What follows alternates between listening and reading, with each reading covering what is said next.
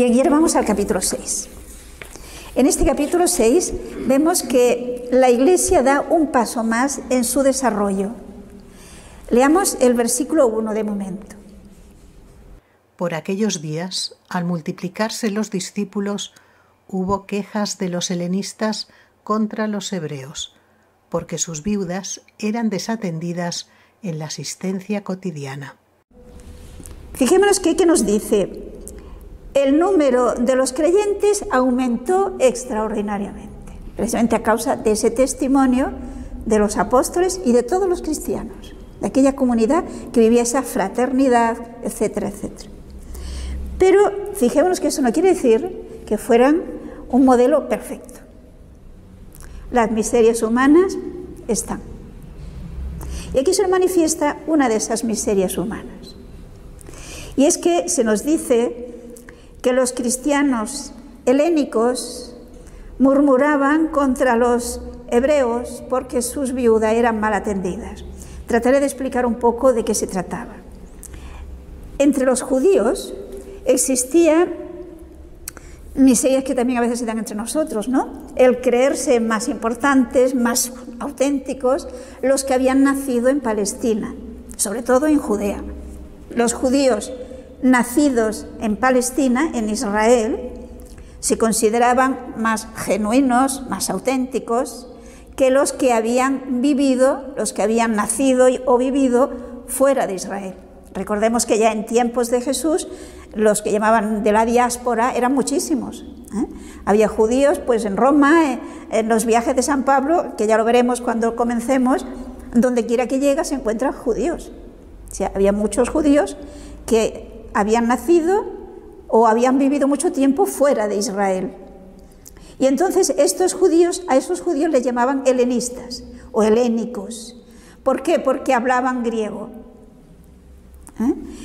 Entonces en Jerusalén había sinagogas donde se reunían los judíos para orar, además del templo, que era donde se ofrecían los sacrificios. Había sinagogas donde los judíos cada sábado se reunían para leer la Biblia y orar. Entonces en Jerusalén había sinagogas de distintos grupos.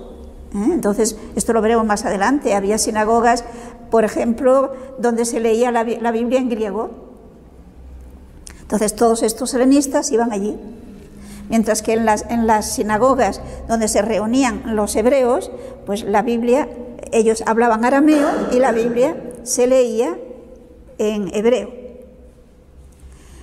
Bien, pues entonces los hebreos, los judíos nacidos en Israel, se consideraban más importantes, como en primer lugar, tenían que ocupar un lugar más importante que los que habían nacido fuera. Porque eso, diríamos, ya no los consideraban genuinos judíos. No hablaban hebreo, no hablaban arameo, digamos. Bien, pues esa división, fijémonos que de alguna manera intentaba introducirse también en la comunidad cristiana. Entonces, entre los convertidos al cristianismo habían unos que eran helénicos y había otros que eran hebreos. Como habíamos visto anteriormente, que había quienes vendían sus posesiones y se repartían, y de esta manera se atendía a los pobres, pues en esa atención a los pobres, y sobre todo aquí se habla de las viudas, pero era porque es el prototipo de pobre, ¿no? Las que eran de los hebreos eran mejor atendidas que las que eran del grupo de los griegos. Entonces, claro, los griegos protestan. Esto no se podía aceptar. Se ve claro que no eran los apóstoles los que repartían, los que atendían los que hacían este servicio, como veremos más adelante. Entonces, ¿qué hacen los apóstoles? Veamos los versículos 2 al 4. Los 12 convocaron la asamblea de discípulos y dijeron: «No parece bien que nosotros abandonemos la palabra de Dios por servir a las mesas. Por tanto, hermanos, buscad entre vosotros a 7 hombres de buena fama, llenos de espíritu de sabiduría, y los pondremos al frente de ese cargo, mientras que nosotros nos dedicaremos a la oración y al ministerio de la palabra». Reacción de los apóstoles. Pues falta personas que se dediquen a este servicio, al servicio de atender a los pobres.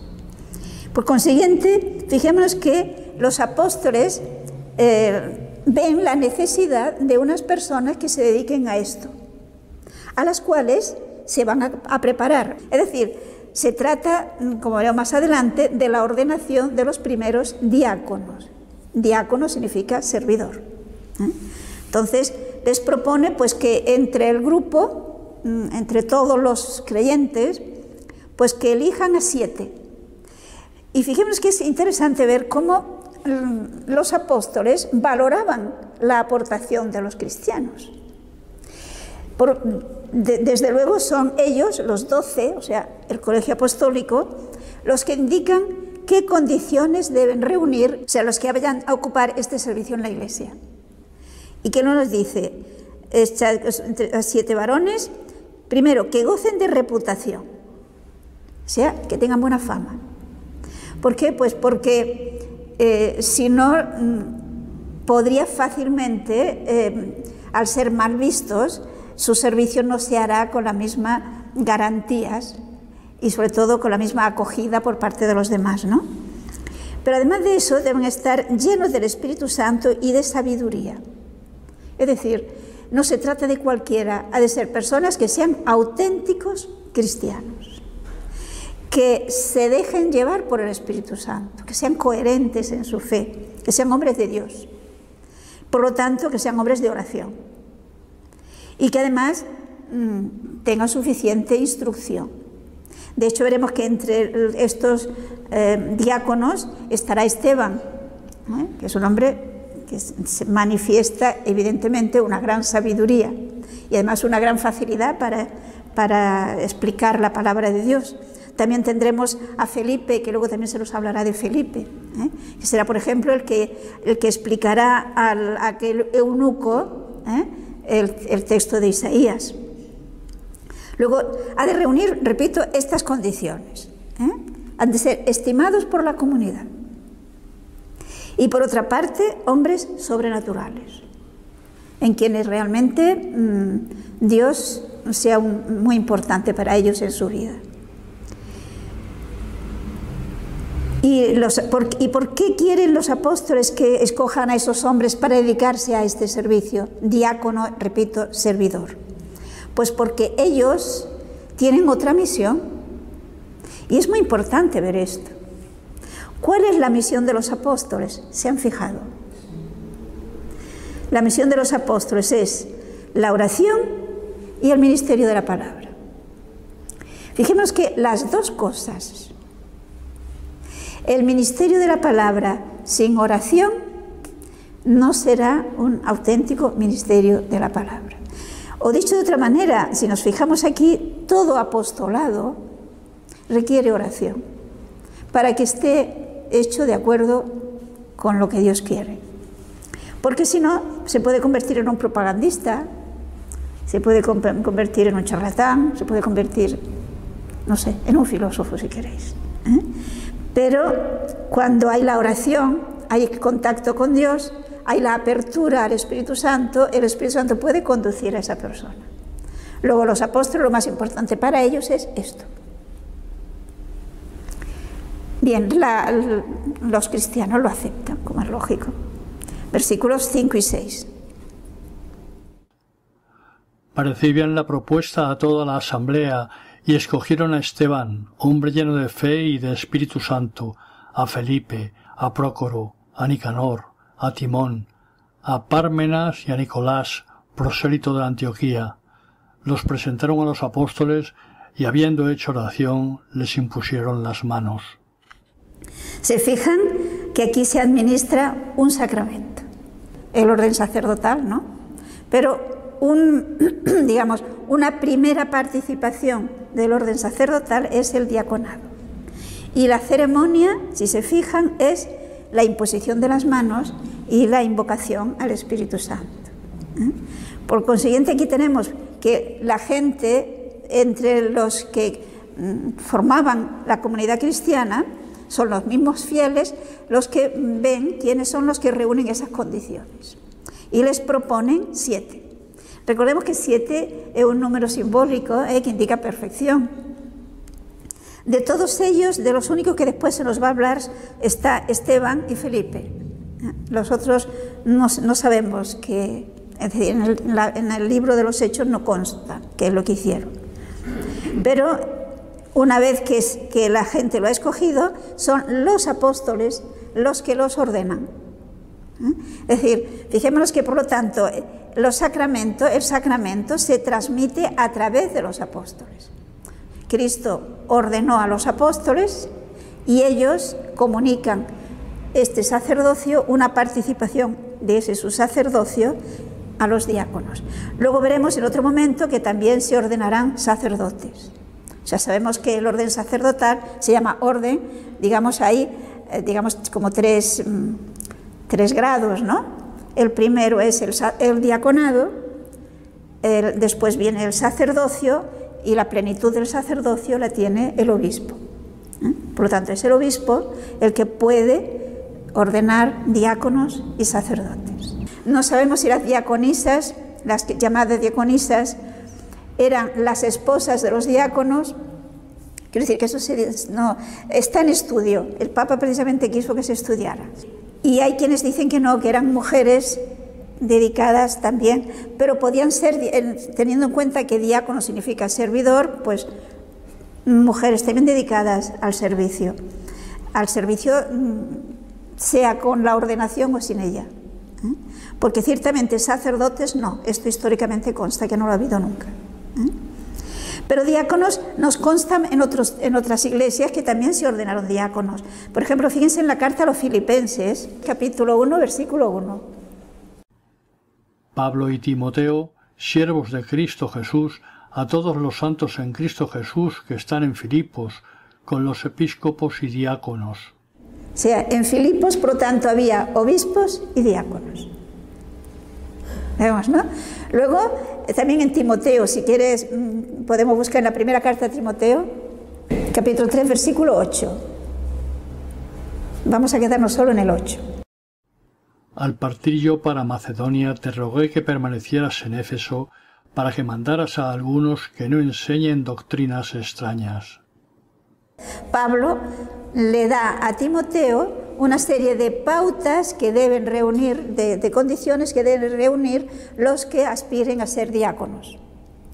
Y aquí le da toda una relación de características que deben tener. O sea, no amigos del dinero y de hacer grandes negocios.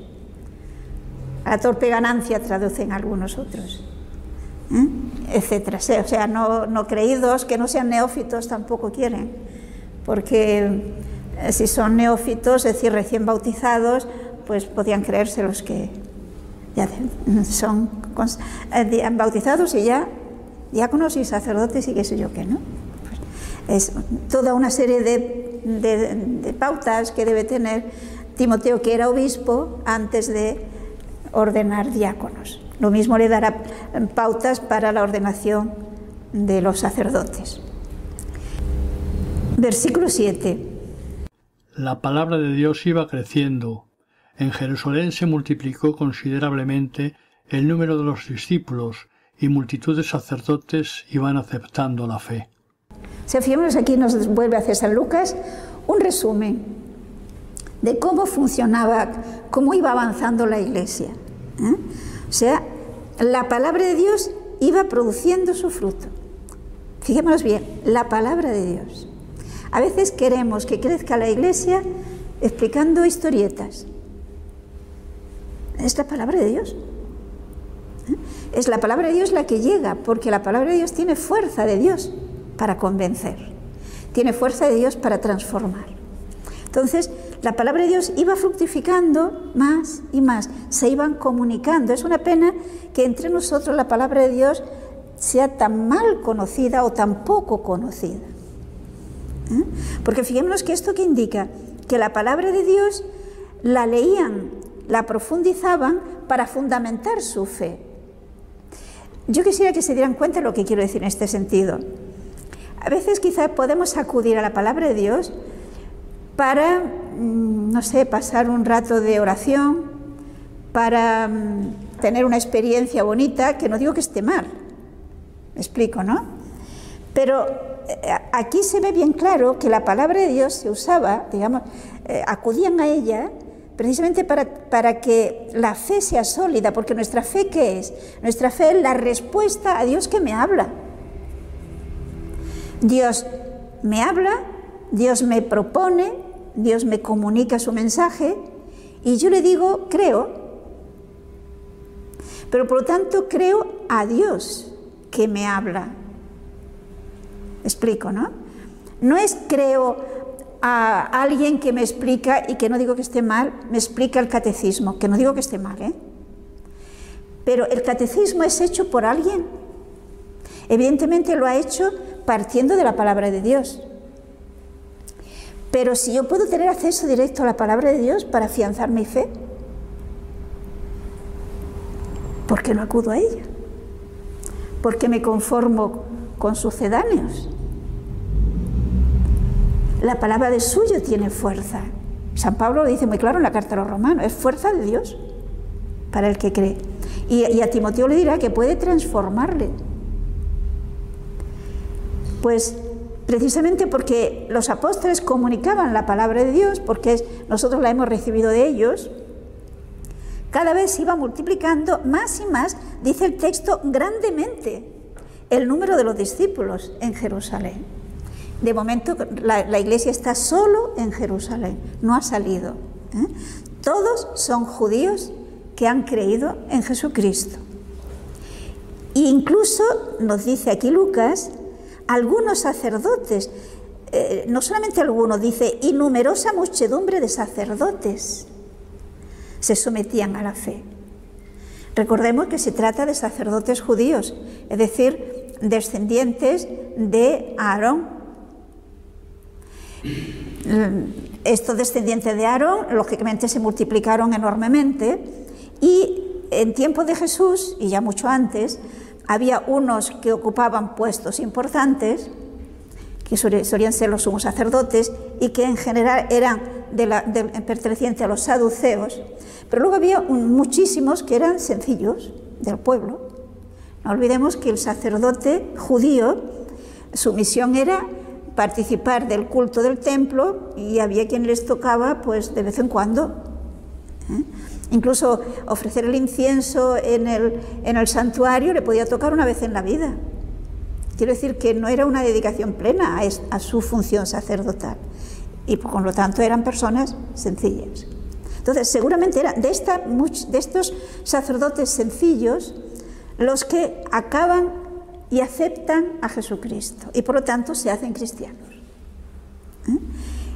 Pero en aquel momento podían seguir ejerciendo su función en el templo, porque, repito, no se había producido la separación. Bien, y ahora a partir del versículo 8 nos va a hablar de San Esteban, pero como que ya estamos en la hora, nos vamos a quedar aquí, porque si no nos quedaríamos en solo empezar, y San Esteban es muy importante para que le dediquemos, pues, como mínimo toda una clase, y seguramente serán 2.